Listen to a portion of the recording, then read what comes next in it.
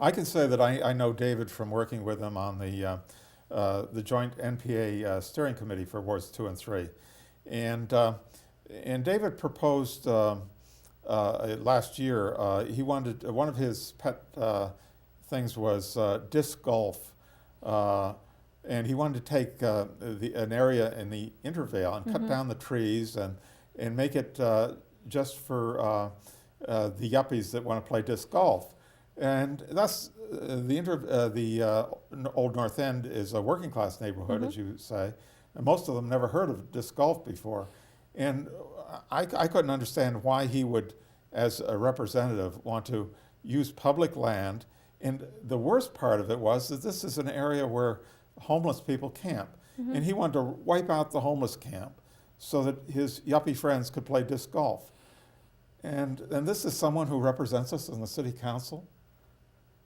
Well, the disc golf thing, it was a very interesting issue because I have to say, I got so many emails. I mean, that alone, forget Burlington Telecom. I got the most emails and phone calls around the disc golf issue, but not from Ward 2 folks. So when you say that Ward 2 doesn't necessarily, didn't know a lot about disc golf, that's absolutely true because I think I got 5 maybe, and they were all in support of disc golf because I think it's more of a, it's definitely a recreational thing, and I thought it was a fine project for an existing park like Fleddy Park.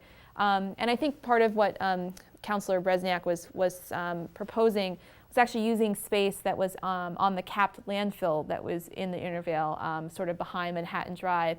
And that presented a number of problems, not only the fact that there are people who don't have permanent housing who use that area to camp out in, but also running around and creating a park over on top of a capped landfill, to me, has a lot of potential safety issues. And for all of the land that we have in Burlington, for us to kind of corner off these people, because I don't, my cousin plays disc golf, so I don't agree necessarily that it's a bunch of yuppie people who play disc golf, just saying, respectfully disagree.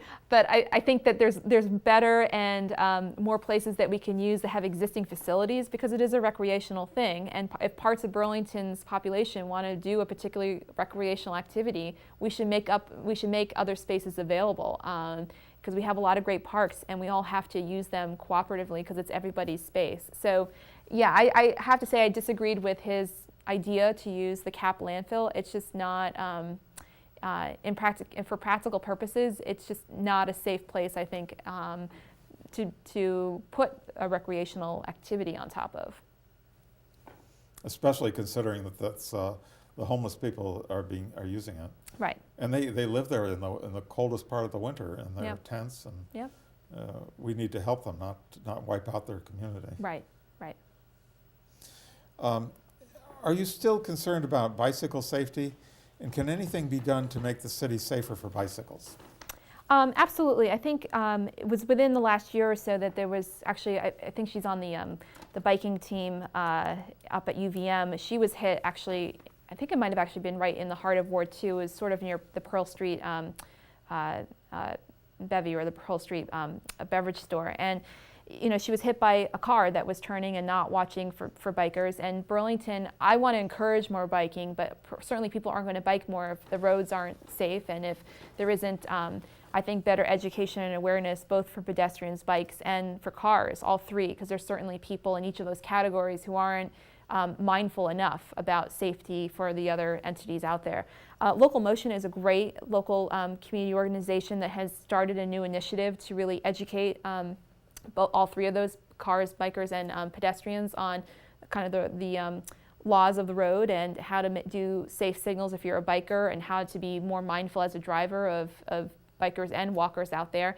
And it's an educational effort that actually citizens are handing out brochures and handing out and doing kind of good interventions when they see something that happens that was either a near miss or a real potentially hazardous condition.